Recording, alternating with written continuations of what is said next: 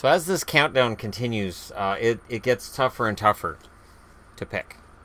Because I'm really splitting hairs at this point, and I admit it. When you get down to the number 5 pick, it gets tougher. So this is probably the last one I'll do where I actually just do 5 pick. Okay? I'm going to do a more creative way of doing it past the 5th pick, and we'll start getting into steals from each draft and potential steals from recent drafts, that kind of stuff. And that'll be fun too. So for anybody who's like, oh, I want him to go through all 30, it gets pretty boring almost after 5. It gets kind of boring trying to figure out who the best pick is of the 6s, 7s, 8s, 9s. Unless I go through every draft pick ever. And I'll do that someday. I'm not going to lie. It's not like I won't do it. I will do it. It's just not right now. Number 10, due to the fact he hasn't played yet, Olli. That's going to change come this fall, I think. I think he'll get his shot with the Canucks. I think he'll get 9 games and go down. I'm not as gung-ho about, oh, let's get him in there. Nah, it's going to be a bloodbath. Let him get his feet wet for another year in minors and junior, and then bring him up next year. Number 9, and I don't know. For me, the jury's out on this guy still. I don't know if he's going to make it or not. Michael Dal Colle. To me, it feels like a lot of prospects have passed him over the years, and he's... I can't say a bust because I don't think his ceiling was ever viewed as being a star player as much as just a good top 6 player. We'll see. And as soon as this fall, he could, make the Islanders and start proving me wrong. So at number 8, the only player who's been a regular in the NHL, but definitely belongs to the number 8 spot, is Luke Schenn. Luke Schenn was drafted too high. I really believe that. I understand why the Leafs picked him, a big bruising defenseman, but it put too much pressure on him. I think the expectations were too high, and now he's kind of bounced around the league a little bit.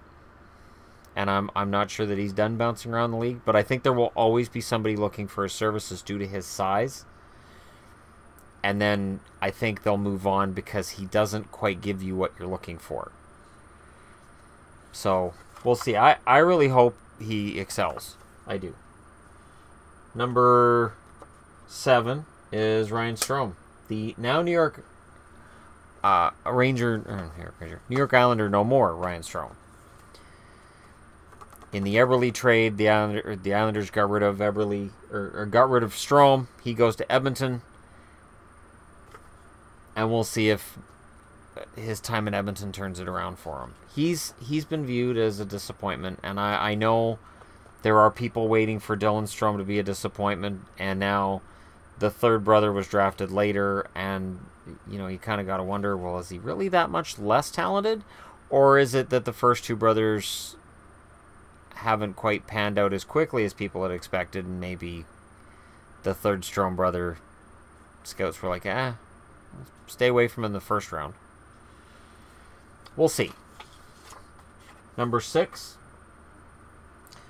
Elias Lindholm. Very good forward. He's been slowly progressing. I think there's still progression to be made. I don't think he's reached his peak yet. I like what Carolina's doing. I like a lot of their young guys and their prospects. I think they have a very fun team. And I think we're looking at a team that this year I'm projecting them to make the playoffs. But I think 3 years from now, I think Carolina, trusting that Scott Darling's the answer in net, I think Carolina could legitimately be a contender. They're not there yet, but they're going to get there. I really believe that. Number 5. Recent Montreal Canadian property, Kyle Elsner. Elsner is a good defenseman. I know there are some who say he's overrated, that his contract's too high, it's too much.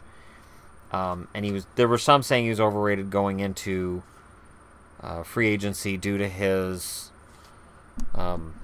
advanced stats not being where the advanced stats community wants them to be. I think there is a lot to be made of advanced stats, and I think they're fun to watch and fun to read. But I do think they're sometimes taken too seriously. I'm just trying to get this balanced out, and it doesn't want to do it. It's like, nope. Alright, I think I got her fixed. Make sure your arm's attached completely on the other end. That could have been really funny or really horrific, one way or the other. For somebody watching on their phone where loud noises are, they're really sensitive to them, the crashing and banging and the... Yeah, I would have just started over. I wouldn't post that. But Kyle Elsner, I think, while, yes, he's been overrated going into, and I think throughout the UFA season, I also still think he's a very solid defensive defenseman. Number 4, Noah Hanifin. Why do I have Noah Hanifin above Kyle Elsner? He's already played 2 full seasons in the NHL, and he's just turned 20. Noah Hanifin, in the draft he was in, it happened to include these guys named Eichel, and some Connor kid went to Edmonton. I don't know if he's going to become anything. Hanifin at one point was projected to be number 2. He was projected ahead of Eichel. I don't know if I'd go that far, but I do think Noah Hanifin has that potential. So while Pesce and Slavin have got the big money contracts and they got the raises for what they've done, Hanifin's not far behind.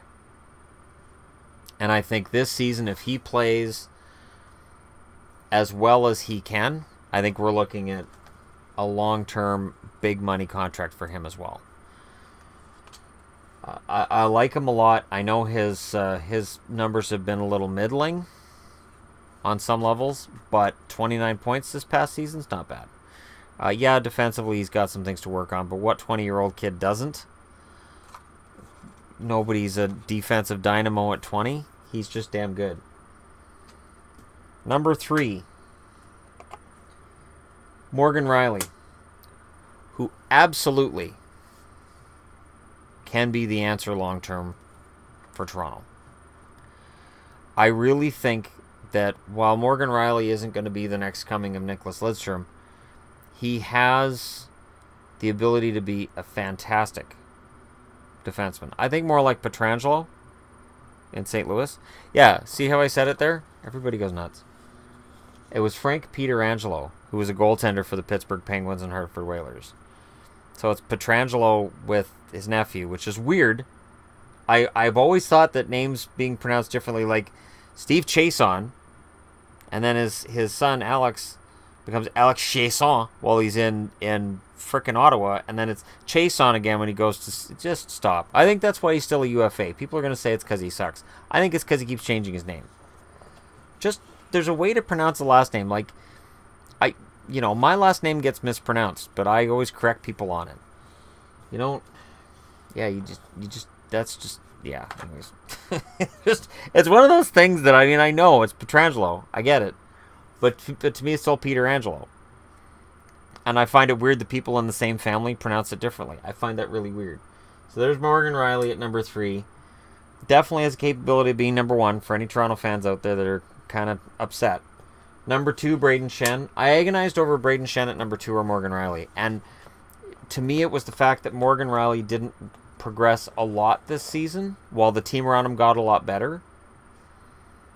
And that's why I have him below Brayden Schenn.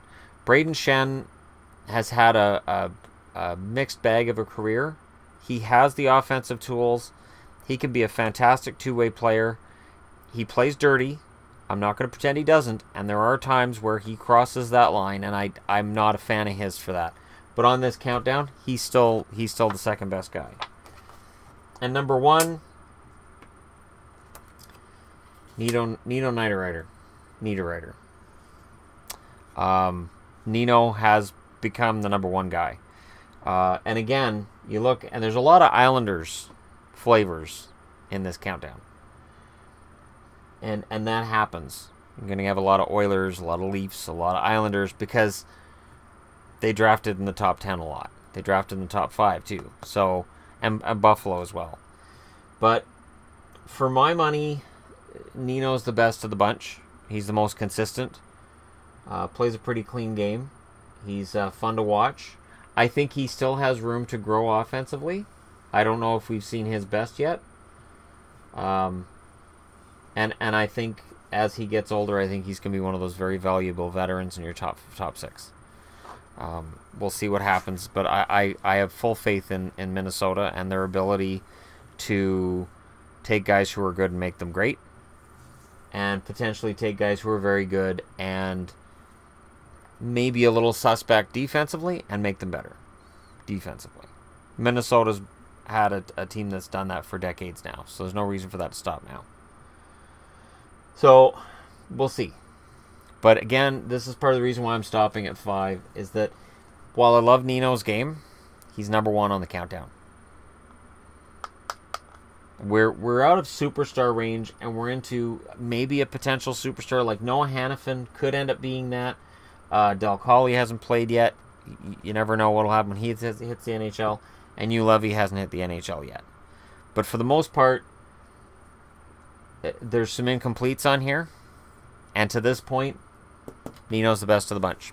Let me know what you think. Hit like and subscribe if you're browsing your way through. Thank you so much for watching, and I'll talk to you again soon.